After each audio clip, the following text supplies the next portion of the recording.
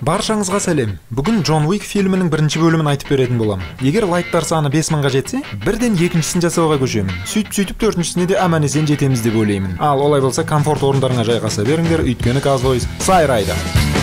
Джонатан Уик дейтін кейіпкер болады. Фильмнің басы оның қатты қайғырып жатқан жерімен басталады. Неге десеңдер, алдында Джон өзінің сүйіктісін ауыр дерттің кесірінен жоғалтып алған етін. Әрбір атқан таң оның марқұм болған әйелін есіне түсіріп, Джон қайғы күйзелістен көз ашпай, тыныштық таппаумен болады. Оны жерлеу кезінде Джонды біреу шеттен аңдып тұрады. Бұл кім сонша деп барып қараса, Маркус деп аталатын жақсы адам болып шығады. Ол Джонды жуатып, тірі адам тіршілігін жасайды дегендей әңгімесін айтып сабырға шақырады. Кейініректе қонақтар кеткен соң, жеткізу қызметі үйге Елена тарапынан қоштасу сыйлығын алып келеді. Ол сауқат анау-мынау зат емес, кеудесіне жан біткен Тейси дейтін күшік болып шығады. Содан Джон Еленаның естелігін қабыл алып, оған қамқор болып Тейсиге бір бөлмесін арнайды. Ертесіне Джон оны тамақтандырып, көлігіне отырғызып, жанармай бекетіне барады. Бұл жақта Йозеф есімді шегірткенің жатып шер айғыры шығып, Форд Мустангты сатып алғысы келетінін айтады. Джон оған сатылмайтынын түсіндіріп сыпайы бас тартады. Бір кезде жай сөзді түсінбеген Йозеф Джонға секіре бастайды. Сол кезде оның досы Йозефті тынышталдырып әр ойнатады. Ал Джон тыныштықпен үйіне кетіп қалады.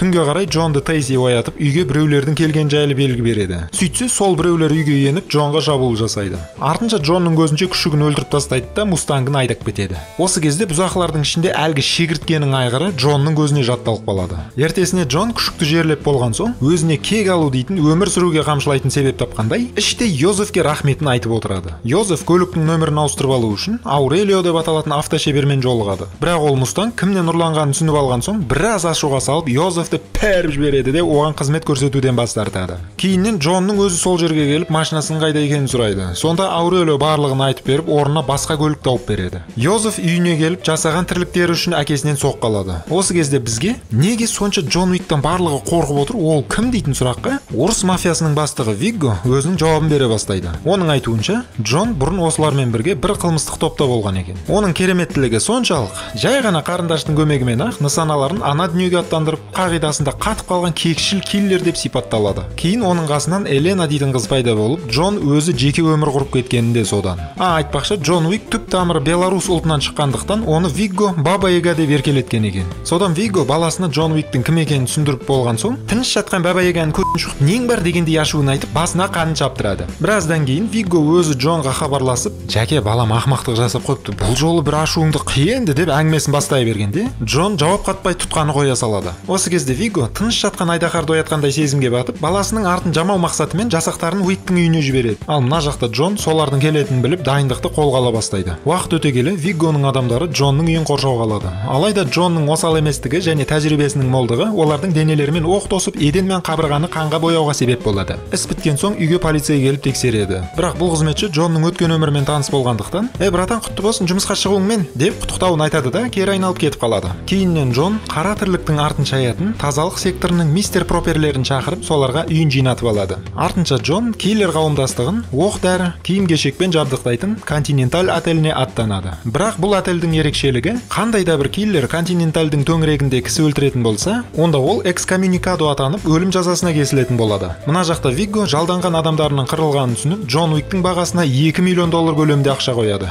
Бұл сома кейін 40 миллионға да жетеді ғой шіркін. Ой, қой құрсын, оны кейін айта жатырмын. Содан Вигго жасақтарына баласы Йозефті Қызыл шеңбер деп аталатын мекенге апарып, сол жерде Джонды күтіп тұруларын бұйырады. Артынан Вигго Маркуспен жолығып, Джонның өлімі үшін $2 миллион қойып отқанын хабарлайды. Аталған бағаны естіген Маркус оған келіскендей болады. Сол уақытта Джон ендігі Континентальға жетіп қалады. Бірақ Маркус оған қарсы шыққанын әлі әзір білер емес. Сөйтіп Джон отельге кіргенде Харун дейтін ресепшн қызметкерімен таныс боламыз. Ол отельдің ешқандай өзгеріске ұшырамағанын, тіпті қожайыны да әлі сол екенін хабарлайды. Әрі қарай Джон өз нөмірін алып, бөлмесінде Еленаның видеоларын көріп жатумен болады. Кейіннен ол жасырын клубқа түсіп, Уинстон дейтін танысын тауып алады. Бұнымен кездесудің де мәні бар. Өйткені Йозефке апаратын жолды тек Уинстон ғана көрсете алады. Уинстонды Джонның көзіне қарап, ол өзінің бұрынғы өмірін қайтарып алғысы келіп отырғанын түсініп, оған көмектесуден кетер емес. Мына жақта Вигго Джонның Континентальға барып жайғасып алғанын біліп алады. Сөйтіп әлгі соманы екеселеп тұрып Континентальдің жалғыз ережесін бұзуға дайын екенін білдіре бастайды. Уинстон Йозефтің қайда жүргені жайлы шет жағасы ақпарат беріп, Джонды киіндіріп, қаруландырып, Қызыл шеңберге аттандырып жібереді. Ол жақта Джон өзінің танысын көріп қалып, қарағым бүгін жұмыс істемей ақ қойсашы дегендей оны жолдан тайдырады. Артынша Джон баба-ягалығын жасап, Йозефтің оқ қағарларын оққа қақтырады. Джон бір жерді тазартып алған соң келесі бөлмелерге баса көктеп, дымын шығармай бүкіл күзеттердің көзін құрту арқылы діттеген жеріне жетуге тырысады. Алайда бір күзетші бәрін бұзып, клубта баба-яганың жүргенін бәріне жария қылады. Ал өзінше болып жүрген Йозеф 1000 памперс ауыстырып қашпаққа салумен айналысады. Джон Уик өз жұмысына сағынып тұрып кіріскендей, Йозефтен кек алу жайында қалып, қасына келіп өліп жатқан күзетшілердің ажалына қарап, нәпсі қандырумен болады. Ал Йозеф билеп жатқан елдердің арасымен қашып, бабай келді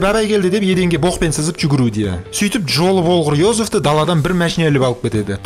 Джон жеңіл жарақатын арқалап отельге оралады. Ол бұл жақтан дәрігер шақырып, ХП-сын 100-ге толтырып алады. Сол уақытта Маркус снайперлік тұрғысына жайғаса бастайды. Сөйтіп көздеуіштен Джонның артынан біреу келе жатқанын көреді. Ол жастыққа ату арқылы Джонды оятып, Перкинс дейтін ұрғашы қаншерге тойтарыс беруге шақырады. Джон жарақатына қарамастан Перкинсті бойынан асыра лақтырып залалсыздандырып алады. Артынша қыспақ сұрағымен Йозефтің қайда жүргенін біліп алып, димедролын салып береді. Шуды естіп алып, Гарри дейтін қаншер бөлмеге келеді. Джон оған Перкинске қарай тұршы деп қасына қойып кетеді. Уақыт өте келе Джон ізделінді жерін тауып келеді. Бұл жерде де ол бүкіл күзеттердің көзін жойып, құпия қоймаға еніп, Виггоның қажеттілігін өртеп шығады. Мына жақта Гарри Перкинспен сөйлесіп тұрып, абайсызда Перкинстің қолына ұсталып, жастықтың қауырсындарымен бірге ана әлемге аттанып кетеді. Ал Джон Виггоның қасында келе жатқан оққағарларды фаршқа айналдыра бастайды. Алайда бұлар мыңғырып шыға бергендіктен, Джон не де болса тұтқынға түсіп қалады. Вигго Джонды бір жерге әкеліп байлап қойып, аузына келген сөздерді айтып тұрады. Осы сәтте Маркус қайтадан Джонды аман алып, оның босанып шығуына мүмкіндік сыйлайды. Әрі қарай қашқынға салған Виггоның алдынан шығып, жүргізушіні атып, көлікті тоқтатып, Виггоны оңғыға тосып, баласының қайда екенін сұрай бастайды. Байғұс Вигго амалсыздан бәрін айтып береді. Оған қоса барлығына бұйырған Джонды өлтір дейтін тапсырманың болдырмауын уәде етеді. Біраз уақыттардан соң Джон іске кірісіп, алдында тұрғандарды өлтіріп, көліктерді жарып, байғұс жап-жас Йозефті ақмақ күйінде өлтіріп тынады. Вигго сәйкесінше -1 ақмақ сөзін естіп жаман болады. Енді не де болса сүмілік болса да енді баласы ғой, қайтеді енді. Содан Джон отель тарапынан қоштасу сыйы ретінде жаңа көлігін қабыл алады. Артынша Маркусқа алғысын білдіріп үйіне жөнеледі. Ал мына жақта олардың әңгімесін Қаншық Перкинс аңдып тұрады. Кешке қарай Вигго және оның адамдары Маркустың үйіне қонақ бола бастайды. Вигго оның сатқындығын Перкинс арқылы біліп алып, оны азаптау жұмысын бастайды. Арасында бұның бәрін Джонға хабарлап үлгереді. Сол кезде Маркус босанып екеуін өлтіріп үлгереді де, артынан өзі де өле салады. Оны естіп алып, Джон кері бұрылып артқа қайтады. Мына жақта қайқайып тұрып сүттен ақ судан таза болып келе жатқан Перкинс Уинстонның көмегімен Континенталь отель ішінде адам өлтіргені үшін жазаланып сауап делінеді. Содан Уинстон Джонға шығып, Виггоны қайдан табуға болатынын айтып береді. Көп ұзамай Джон олардың алдарынан шығып, көзге түскен күзеттерді өлтіруге көшеді. Ешкімі қалмаған Вигго қолына қаруын ұстатып, ферзасын жібереді. Ол да Джонның қолынан өлгеніне мәз болып тына қалады. Сол уақытта Вигго қулық жасап, Джонның көлігін соғып суға итеріп тастауға тырысады. Бірақ Джон қашып құтылады. Әрі қарай Вигго Джонды жігітше жекпе-жекке шақырады. Джон оған келісіп, екеуі қоян қолтық төбелесе кетеді. Джонның тәжірибесі көп болғандықтан Вигго жеңіліп мамалай бастайды. Оған шыдамаған Вигго қолына бәкі алып, қарсыласына жүгіреді. Джон өзіне тыққызу арқылы оның қолын қайырып, бәкінің жүзін иесінің денесінен тауып береді. Әрі қарай Вигго басын тік ұстап өледі де, келесі кадрда сол басын сүмірейте салады. Ал Джон жақын жердегі жануарларды емдейтін клиникаға барып, жарасын тарс-тарс етіп тігіп алады да, қамауда тұрған питбульдің бірін алып үйіне кетіп қалады. Одан кейінгі фильмдерде Джон Уик метрода жүріп, халықтың арасында тып-тыныш атысады. Итальян мафиясын қырып салып, экскоммуникадо болады. Оған қарсы шыққан жаулар жылқылардың аяғына тосады, ауларын иттердің тісіне тосады. Көшпенділерде ойнайтын ниндзямен жекпе-жекке шығады. Маркиз де Грамонның жасақтарымен бөлме арасында тығылып от шашып атысады. Соқыр якудзамен дуэльге шығады. Ой, әлі көрер қызық көп болады. Сондықтан Джон Уик туралы видеоларды жіберіп алмаңдар. Әйтпесе ұят болады.